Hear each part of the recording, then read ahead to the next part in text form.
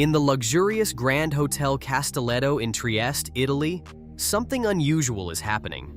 A group of men walks through the kitchen and lobby, collecting suitcases and boxes from different people. The way they move raises eyebrows. Soon, a couple who had been drinking at the bar joins them, and they all crowd into an elevator together. The group starts changing their clothes, but these aren't ordinary clothes, they're tactical operations gear. This isn't a casual hotel stay. They're on a mission, and it's not just any mission. Their handler, a woman named Roxanne Hall, directs every move from the outside. Roxanne is sharp, calculating, and clearly has everything planned down to the last detail. But she isn't the one calling all the shots. Her orders come from Tom Brennan, the head of the intelligence agency they all work for. What kind of mission are they on? The answer lies in room 620. Room 620 is no ordinary hotel room. It's where a kidnapped CIA agent is supposedly being held hostage. The team is there to bring the agent back. Everything hinges on this moment. Will they succeed? Or is something about to go terribly wrong? However, the team manages to retrieve the agent. Success seems within reach, but then everything falls apart. As they exit the room and head to their getaway van, a sudden explosion rips through the air. Their exfil van has been blown up. In the chaos that follows, bullets rain down on them. One by one, the team members fall. Even the team leader Nick Faraday couldn't make it. The mission that started with such promise turns into a deadly trap. The only one left standing is Roxanne. On the other hand, a common construction worker named Mike McKenna's morning in Jersey started in an unusual place. His former 7th grade teacher, Nicole's house. The night before had been just another casual hookup, but Mike couldn't shake the feeling that something was missing. Nicole had made it clear she wasn't looking for anything serious, which stung a bit, especially since Mike was around the same age as her son. Still, he hoped for more. But life moves on, so Mike headed home, almost resigned to his routine. A construction worker by day, Mike's life was far from glamorous. Yet, he found comfort in the rhythm of his work and the camaraderie of his coworkers. After a long, grueling day, Mike decided to unwind at the local bar with his buddies. It was the same place, the same faces, until one wasn't. Roxanne Hall walked through the door. She wasn't just anyone, she was Mike's high school sweetheart. The memories came flooding back, their prom night, their young love, and how she had vanished to the big city, leaving Mike with nothing but memories. Her sudden appearance after all these years stirred something in him. Why now? What did she want? Curiosity, mixed with lingering feelings, led Mike to agree to catch up with Roxanne. They drove to a quieter part of town, away from the hustle and bustle, where secrets were easier to keep. As they chatted, the years seemed to melt away, but there was an edge to Roxanne's smile that Mike couldn't quite place. And then, everything changed. Before Mike could react, Roxanne's friendly demeanor shifted, revealing her true intentions. She injected him with something that made his world go dark. The last thing he remembered was the cold, hard pavement as his body was lifted into a van. When Mike woke up, he wasn't in Jersey anymore. London was his new reality, and it was anything but familiar. Confusion turned to shock as he realized he was inside the headquarters of a top-secret intelligence agency. Why had Roxanne brought him here? Mike had no answers, just a sinking feeling that his life was about to change forever. The only thing he knew for sure was that nothing would ever be the same again. Just when Mike thought he had figured out what was going on, Roxanne dropped a bombshell that sent his world spinning. Forget the global think tank story that people in Jersey might have believed. Roxanne had a far more dangerous secret. She was a member of the Union, a shadowy intelligence group so secretive that only a handful of the world's spy agencies even knew it existed. The Union is an American operation with a twist. While they handle national security like the CIA and FBI, they're also neck-deep in global affairs. but the union is so secretive that they go out of their way to keep their existence under wraps. To do that, they recruit people you'd never expect to be involved in espionage. Construction workers, shopkeepers, and other seemingly insignificant folks become their eyes and ears, blending into the everyday world while carrying out high-stakes missions. Mike, caught in the middle of this, is left to wonder why he, of all people, has been thrown into this mess. Sure, he could be one of those everyday recruits, just a pawn in the union's grand scheme. But being flown to London and given VIP treatment? That doesn't quite fit the profile. Then Tom steps in with a life-altering choice. Mike could walk away from all this, return to his mundane life, and pretend none of it ever happened. Tom even offers a first-class ticket home, as if that could erase the shock of being drugged and kidnapped. But walking away isn't as easy as it sounds. The thrill, the danger, and the mystery start to grip Mike's mind. After wrestling with the decision and probably downing a few drinks to steady his nerves, Mike makes his choice. He's not going back to his old life. With that decision, Mike's world transforms. The once ordinary man is now undergoing grueling training, from learning to shoot with deadly precision to mastering hand-to-hand combat. Each day pushes him further from the life he once knew, and deeper into the shadowy world of the Union. Now they had a mission that only someone like Mike could pull off. The mission was to retrieve a stolen laptop. This one belonged to Derek Mitchell, a former CIA analyst who had taken a treasure trove of top-secret information with him when he left the agency. Mitchell's laptop contained a database with records of every agent, police officer, and serviceman who had served in the Western Allied countries. Personal and family details, the kind of information that, in the wrong hands, could lead to a bloodbath. The stakes couldn't be higher. The laptop was now up for auction, and the highest bidder could be anyone from China to North Korea to Russia. The Union knew they had to get it back, but sending in a trained operative would raise too many red flags. They needed someone with no ties to the military or intelligence services. That's where Mike came in. For 6 months, Mike trained under the Union's watchful eyes. Every skill an intelligence agent needed, Mike learned. From cyber tactics to negotiation strategies, he was groomed to blend into a world far removed from his own. The mission was dangerous. Not only did he have to secure an invite to the secret auction, but he also had to outbid nations with deep pockets and dark intentions. The auction itself was a whole new level of secrecy. It was a blind auction, where none of the bidders knew who they were up against. It was also remote, conducted entirely over the internet. Any slip-up could lead to catastrophic consequences, not just for Mike, but for countless agents and their families. As the day of the auction approached, Mike knew that failing was not an option.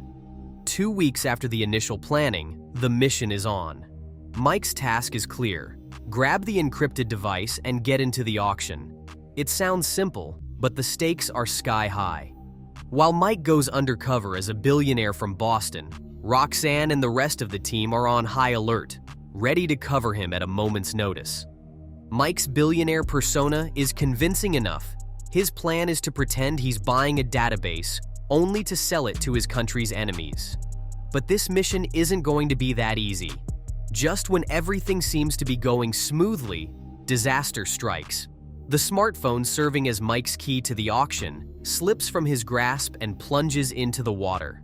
The device is ruined, completely waterlogged, and with it, the mission seems doomed. As if things couldn't get any worse, one of their own agents falls in the line of duty, and back in London, the Union headquarters at the BT Tower is destroyed by a bomb. It's clear now, they're under attack, and whoever is behind this is determined to wipe them out. But there's no time to unravel this deadly mystery. The auction is fast approaching, and the team needs to regroup. Mike and Roxanne scramble to salvage the mission. They manage to steal another auction invite device from a group of dangerous criminals. But the pressure is on. Every second counts, and failure isn't an option. Just when it seems like they might pull it off, chaos strikes again. As Mike secures the new device, another team appears out of nowhere, intent on stealing it for themselves. A fight breaks out, and Mike, despite his best efforts, loses control of the device once more. This time, it's dropped into a fountain, and the mission is seemingly over. Roxanne, always quick on her feet, takes down the last attacker. But the damage is done. The mission is a failure, and the team is back to square one. With one device destroyed and the other now lost, it seems like their chance is slipping away. However, Mike isn't ready to give up. Despite the setbacks and Tom's growing doubts, Mike's determination only grows. He's not just fighting for the mission, he's fighting to prove himself to Roxanne. With her support, Mike gets another shot. The crew had successfully snuck their way to the computer, securing one of those crucial encrypted devices. Mike, the tech whiz, was making sure everything was running smoothly. But then, out of nowhere, one of Roxanne's team members turned up dead. Somebody else had noticed their secret mission, and now the building where Tom was hiding his squad was suddenly getting a violent makeover. Boom! The explosion was intense, but Tom got lucky with just a few scratches. Realizing the danger, Tom ordered everyone to scatter. It was time to disappear before things got even worse. Roxanne and Mike bolted to what was supposed to be a safe house, though it looked more like a cramped dorm room with just one bed. They both declared that nothing was going to happen, but it seemed more like they were trying to convince themselves than each other. Morning came with a surprise. The news was calling the explosion an electrical failure. Roxanne and Mike were not buying it. They knew someone was out to get them. Tom reached out with an update that didn't exactly ease the tension. There were only 18 hours left before the big auction, and the team needed to get their gear to the new HQ fast. Tom, always the strategist, came up with a plan. They would track the auctioneer's location as soon as the bidding began. The trick was to keep the bidding going as long as possible, giving Roxanne and Mike enough time to hunt down the seller. It was a risky game, but they didn't have a choice. Just when they thought they had things under control, the CIA decided to crash the party. Their agent had an offer. They'd cover the costs of the shady auction, but in return, the team had to deliver the critical information. If they failed, the union would be finished. As the auction begins, Tom's team moves into action. Their mission? To buy time by placing fake bids. With funds secretly provided by the CIA, they aim to keep the auction going long enough for their hackers to pinpoint the auctioneer's location. The plan seems straightforward, but things are never that simple. Mike and Roxanne are tasked with confronting the mysterious auctioneer once the location is found. The moment comes, and they're directed to a bar where the auction is supposedly taking place. But as they walk in, they're hit with an unexpected truth. Juliette Quinn, a woman Roxanne knows all too well, is behind the auction. Quinn isn't just any adversary. She's a former freelancing spy who has always sided with the highest bidder. This time, she's the mastermind who managed to steal the union's database. Caught red-handed, Quinn is cornered. It seems like the mission is a success. Mike and Roxanne are just about to secure the stolen database, but then something shocking happens. Nick Faraday, the man presumed dead, suddenly walks into the room. Roxanne is stunned. Mike is confused. He doesn't recognize this man, but Roxanne does. Nick Faraday was once a member of the union and, more importantly, Roxanne's husband. She believed he had died during the attack in Trieste. But here he was, very much alive, claiming that they had it all wrong. Nick reveals that he had been in hiding, protected by none other than Juliette Quinn. The reason? Tom Brennan, the man they were working for, had allegedly gone rogue. According to Nick, it was Tom who had been targeting union agents, not Quinn. This revelation leaves Roxanne torn.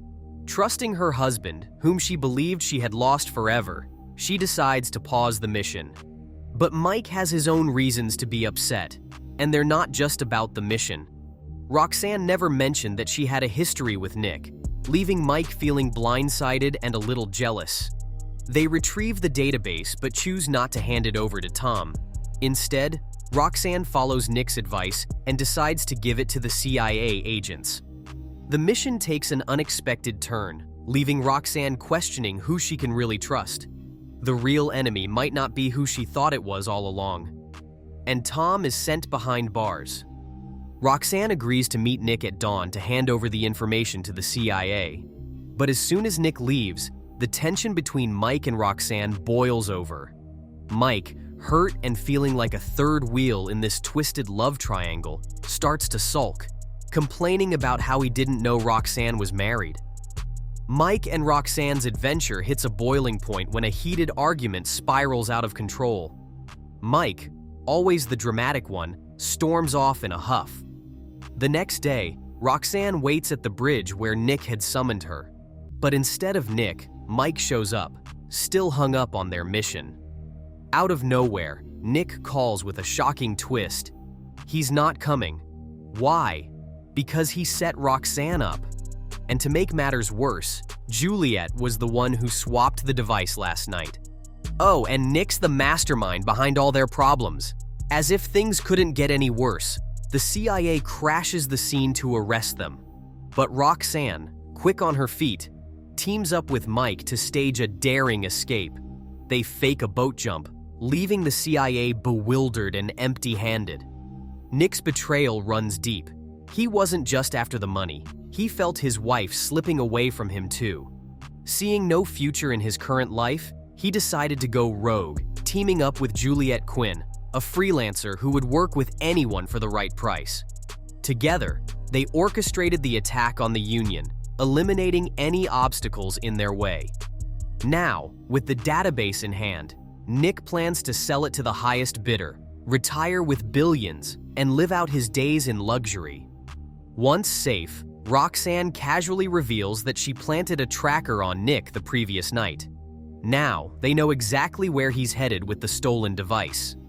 Wasting no time, Roxanne and Mike sneak onto a plane. When they finally catch up to Nick, they spot him cozying up to Juliet on a boat, ready to sell top-secret information. Roxanne and Mike spring into action. Roxanne interrupts the deal just as Nick's about to close it, and Mike swoops in to snatch the device. Realizing things are getting too messy, Juliet bails, leaving Nick to face Roxanne's fury. But Nick isn't done yet. He slips away, forcing Roxanne to chase after Mike, who now has the precious briefcase. Just when it seems like it's all over, Nick reappears, ready to snatch back the device. A wild chase begins, with Roxanne stealing a car in hot pursuit, while Mike ends up stuffed in the trunk of a car, driven by the very buyer of the stolen information. Mike manages to escape and join Roxanne in going after Nick. They finally corner Nick, who, true to form, tries to cut a deal. But Roxanne isn't having it. She ends Nick's schemes once and for all by shooting him multiple times. And they finally reclaimed the top-secret information. After all the chaos, Mike finally makes it to his friend's wedding. But the surprises aren't over. Roxanne crashes the party, and the two decide to give their romance another shot. Just as they sneak away for some alone time, Tom shows up, fresh out of jail, with news of another mission. He welcomes Mike to the Union. And just like that, the unlikely duo is ready for their next adventure.